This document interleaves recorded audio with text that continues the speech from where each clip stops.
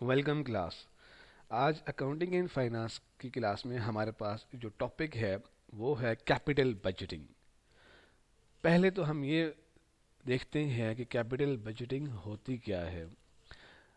Finance के students को already जिन्होंने ये फाइनेंस को पढ़ा है वो जानते हैं कि कैपिटल बजटिंग बेसिकली प्लानिंग के तौर पे यूज़ होता है कि जब कोई कंपनी कोई एंटिटी किसी प्रोजेक्ट में इन्वेस्टमेंट करने जा रही है तो ये टूल्स होते हैं कि इन कैपिटल बजटिंग के थ्रू ये चीज़ मालूम की जाए कि जिसमें हम इन्वेस्टमेंट करने जा रहे हैं क्या वो इन्वेस्टमेंट फ्रूटफुल होगी एंटिटी के लिए। वो कौन से तरीके होंगे जिसके थ्रू हम ये फाइंड आउट करने की कोशिश करेंगे कि क्या कंपनी को इस प्रोजेक्ट में इन्वेस्टमेंट करना चाहिए कि नहीं करना चाहिए। तो बेसिकली हम नॉर्मली कैपिटल बजटिंग के थ्रू एनपीवी फाइंड आउट करते हैं और आईआरआर फाइंड आउट करते हैं ताकि हमें ये पता चल सके कि ये प्रोजेक्ट वर्थवाइल है, इसमें इन्वेस्टमेंट करनी चाहिए या नहीं करनी चाहिए। तो हमारे पास बेसिकली एक डेटा है, हम इस डेटा को यूज़ करेंगे और ये मालूम करेंगे कि इसकी एनपीवी क्या है और इसका आईआरआर क्या है और क्या कंपनी को इसमें इन्वेस्टमेंट करनी चाहिए कि नहीं करनी चाहिए। तो आप ये देखिए कि आपके पास इनिशियल इन्वेस्टमेंट जो है वो 1500,000 की है और सेलिंग प्राइस जो है वो 25 पर यूनिट है। Variable cost 12 per unit. Depreciation per year, depreciation per year जो है हमारे पास वो है 35,000 की। Distribution expense 5 per unit. Tax rate 8%, discount rate 10%। अब इस डेटा में जो चीज़ गिवन थी वो आपके सामने है और एक हमारे पास सेल्स पर यूनिट, ईयर 1 में 100,000 यूनिट्स, ईयर 2 में 125,000 यूनिट्स, ईयर 3 में 145,000, ईयर 4 में 160,000 एंड ईयर 5 में 130,000। ये हमारे पास डेटा गिवन है और इसको यूज़ करते हुए थ्रू कैपिटल बजटिंग हम ये डिटरमिन करेंगे whether it's project is worthwhile fruitful for entity और नॉट। क्या कंपनी को यहाँ इन्वेस्टमेंट करना चाहिए या नहीं करना चाहिए। तो सबसे पहले हम सेल रेवेन्यू फाइंड करेंगे कि 5 साल के अंदर, 5 साल में इसलिए कह रहा हूँ कि कंपनी का ये देखिए कि लाइफ ऑफ द प्रोजेक्ट जो है वो 5 साल की है। डिस्काउंट रेट 10% है। तो हम फाइंड आउट करेंगे कि क्या कंपनी को इन्वेस्टमेंट करनी चाहिए कि नहीं करनी चाहिए। तो सबसे पहले हम सेल रेवेन्यू फाइंड आउट करेंगे। जो हमारे पास यूनिट्स गिवन हैं वो आपके सामने हैं और हम देखते हैं कि इसकी सेलिंग प्राइस क्या है। हमारे पास डेटा में गिवन है 25 पर यूनिट।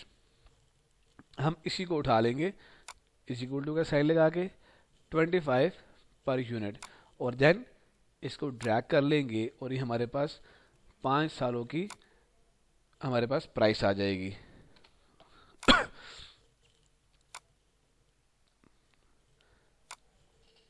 उसके बाद टोटल सेल रेवेन्यू वो कितना होगा, इज इक्वल टू का साइन लगाए sales per unit multiplied by selling price. तो ये हमारे पास पहले साल में जो रेवेन्यू होगा वो ये अमाउंट आएगी हमारे पास। ये जो फार्मूला हमने लगाया हम इसी को ड्रैग आउट कर लेते हैं और ये देखिए कि अगले 5 सालों की जो हमारे पास सेल रेवेन्यू है वो आपके पास आ गई। हम इसे अंडरलाइन कर लेते हैं या हाईलाइट कर लें। ये हमारे पास सेल रेवेन्यू आ गया। देन रेवेन्यू के बाद इसमें से हम लेस करते हैं एक्सपेंडिचर्स। जो भी एक्सपेंडिचर होंगे, जो कॉस्ट होगी वो उसमें से हम लेस करेंगे। तो सबसे पहले हमारे पास जो गिवन है वो है वेरिएबल कॉस्ट पर यूनिट। इसका मतलब ये हुआ कि जिस तरह हमने ये सेलिंग प्राइस मल्टीप्लाइड की है यहाँ पर सेल पर यूनिट के से, उसी तरह वेरिएबल कॉस्ट भी पर यूनिट के ही हिसाब से हम इसे मल्टीप्लाई करेंगे। सो वेरिएबल कॉस्ट हमारे पास है 12 per unit. 12 per unit. Total variable cost, ये मैं फार्मूला को यहाँ पे डायरेक्टली लिंक इसलिए नहीं कर रहा रेवेन्यूज़ के साथ यहाँ से, वो इस वजह से कि आप कंफ्यूज ना हो जाएं। तो टोटल वेरिएबल कॉस्ट जो हमारे पास है, यहाँ पे फार्मूला लगा लेते हैं 100,000 पर यूनिट मल्टीप्लाइड बाय 12। तो ये हमारे पास वेरिएबल कॉस्ट आ गई। इसको हम ड्रैग कर लेंगे तो ये हमारे पास टोटल वेरिएबल कॉस्ट हमने फाइंड आउट कर ली। उसके बाद एक्सपेंडिचर में हमारे पास डिस्ट्रीब्यूशन कॉस्ट है और डेप्रिसिएशन कॉस्ट है। तो फिर कैलकुलेट कर लेते हैं डिस्ट्रीब्यूशन कॉस्ट। डिस्ट्रीब्यूशन कॉस्ट हमारे पास है 5 पर यूनिट, 5 पर यूनिट।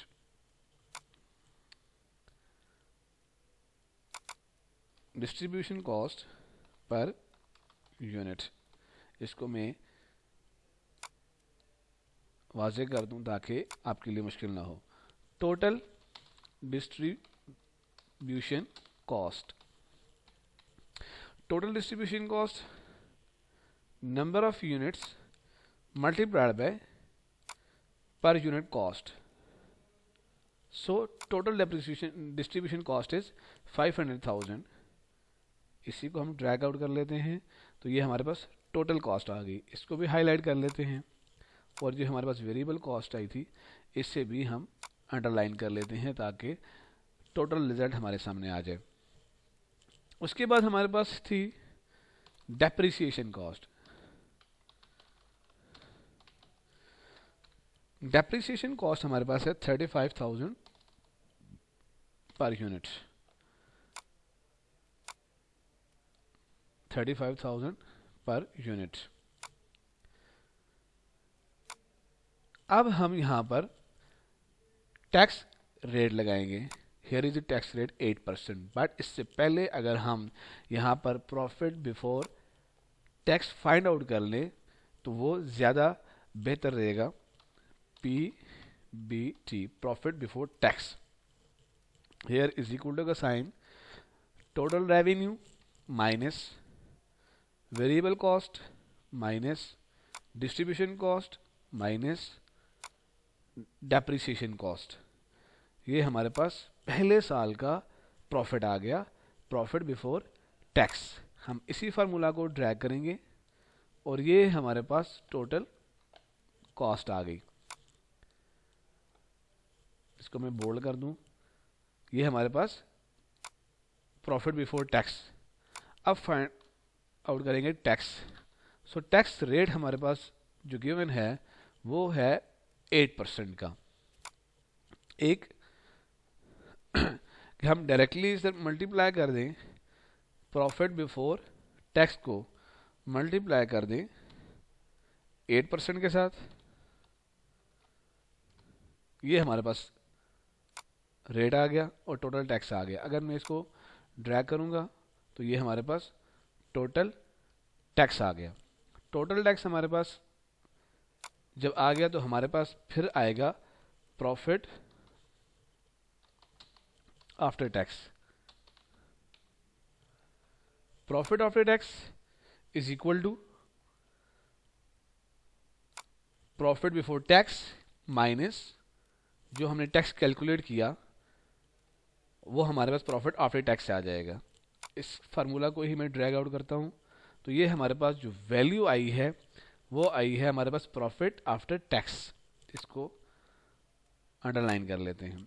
ये हमारे पास प्रॉफिट आफ्टर टैक्स आ गया। अब नेक्स्ट स्टेप क्या होता है? नेक्स्ट स्टेप हमारे पास होगा यहाँ पर इसे डिस्काउंट करना, डिस्काउंटिंग करना, 10% जो रेट यहाँ पर गिवन है इसको अप्लाई करना। सो डिस्काउंट रेट को अप्लाई कर लेते हैं।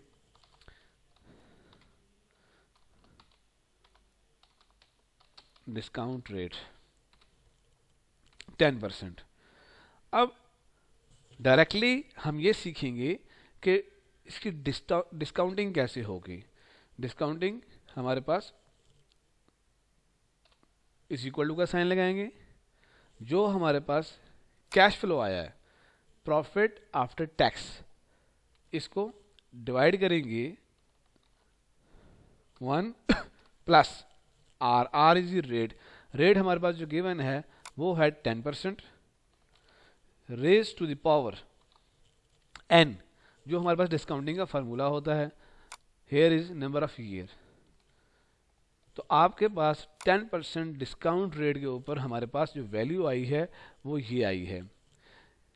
अब ये डिस्काउंटिंग का फार्मूला था, ये हम पहले भी क्लास में लर्न कर चुके हैं। उसके बाद मैंने ड्रैग आउट किया तो देखिए कि ये वैल्यूज सेम टू सेम आई हैं। तो हम क्या करते हैं, फार्मूला को लॉक करते हैं। फार्मूला को लॉक करते हैं, हमारे पास ये जो हमने फार्मूला लगाया था उसमें ये जो हमारे पास जो वैल्यू है डिस्काउंट रेट की, इसमें F4 प्रेस करेंगे, डॉलर का साइन साथ लगा देंगे, जिससे फार्मूला लॉक हो जाएगा और ये हमारे पास फार्मूला लॉक्ड हुआ। और इसको मैंने जब कॉपी किया तो ये सब पे अप्लाई हो गया। ये टेक्निक हमने पहले जो क्लास की थी, प्रेजेंट वैल्यू जो हमने फाइंड आउट करने का तरीका सीखा था, उसमें भी मैंने ये एक्सप्लेन किया था। तो ये बेसिकली हमारे पास डिस्काउंटेड कैश फ्लोज आ गई, इसको बोल्ड कर लें, और ये हमारे पास डिस्काउंटेड कैश फ्लोज है, इसको हाईलाइट कर लेते हैं जी। ये हमारे पास discounted cash flows of the project हमारे पास आ गई हैं। डिस्काउंट रेट, इसको कर लेते हैं डिस्काउंटेड कैश फ्लोज, ये हमारे पास डिस्काउंटेड कैश फ्लोज आ गई। और यहाँ पर हम फार्मूला लगाएंगे, हम ये फाइंड आउट करेंगे कि एनपीवी कैसे फाइंड आउट होती है। एनपीवी बेसिकली फाइंड करते हैं डिस्काउंटेड कैश फ्लोज माइनस हमारे पास discounted cash flows minus initial cost.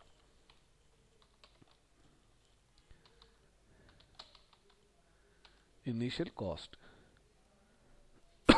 Discounted cash flows का सम कर लेते हैं यहां पर, इज इक्वल टू, इन सब को अगर मैं यहां पर सम अप कर दूं तो हमारे पास जो वैल्यू आएगी, अगर हम 1 बाय 1 करेंगे तो वो ये टेक्निक है, एक एक को सिलेक्ट करें और सम अप कर दें, या यहाँ पे सम का फार्मूला लगा के इन सारे सेल्स को आप ड्रैग कर सकते हैं। तो हमारे पास जो डिस्काउंटेड कैश फ्लोज की जो अमाउंट आई है वो ये आपके सामने आई है। डिस्काउंटेड कैश फ्लोज हमारे पास 3507 एक ये तरीका है, या हम उसी वैल्यू को उठा के यहाँ पे लिख दें 575.48। मैं इसको यहाँ पे टाइप कर देता हूँ। इसमें से माइनस करेंगे इनिशियल कॉस्ट। इनिशियल कॉस्ट जो हमारे पास है वो हमारे पास है प्रोजेक्ट में given 1500,000। 1500,000। So the NPV is equal to discounted cash flows minus initial cost। NPV हमारे पास आई है पॉजिटिव, ये हमारे पास जो NPV आई है वो पॉजिटिव आई है। इसका मतलब ये है कि ये प्रोजेक्ट जो है वो वर्थवाइल है, यहाँ पर हम इन्वेस्टमेंट कर सकते हैं। What is the IRR? हम यहाँ पे IRR का फार्मूला लगाएंगे, is equal to IRR here. अब यहाँ पर हमें IRR का फार्मूला लगाने से पहले हम ये करते हैं कि यहाँ पर जो इनिशियल कॉस्ट है हमारे पास उसको यहाँ पे लिख लेते हैं, या ड्रैग डाउन भी कर सकते हैं, ताकि ये फार्मूला जब हम एक फ्लो में लगाएं तो प्रॉपर फार्मूला यहाँ पे आ जाए। Here it is the initial cost is equal to IRR this ये हमारे पास डिस्काउंटेड कैश फ्लोज हैं, इसको लॉक करेंगे तो हमारे पास जो IRR का रेट आया है वो है 37%। एक तो हमने NPV फाइंड आउट की थ्रू डिस्काउंटिंग। अगर हम डायरेक्ट NPV फाइंड आउट करें तो वो क्या यही आएगी? NPV डायरेक्ट अगर मैं फार्मूला लगाऊं, direct is equal to NPV bracket open, जो हमारे पास प्रॉफिट आफ्टर टैक्स आया है विदाउट डिस्काउंटिंग, जो हमारे पास कैश फ्लोज हैं, इन सब को मैं सिलेक्ट कर लूं यहां पर, हेयर। सबसे पहले हमने यहां पे देना है rate, rate is 10% and this plus initial cost, ये है हमारे पास इनिशियल कॉस्ट। तो ये देखिए, ये दोनों वैल्यूज जो हैं, ये वैल्यू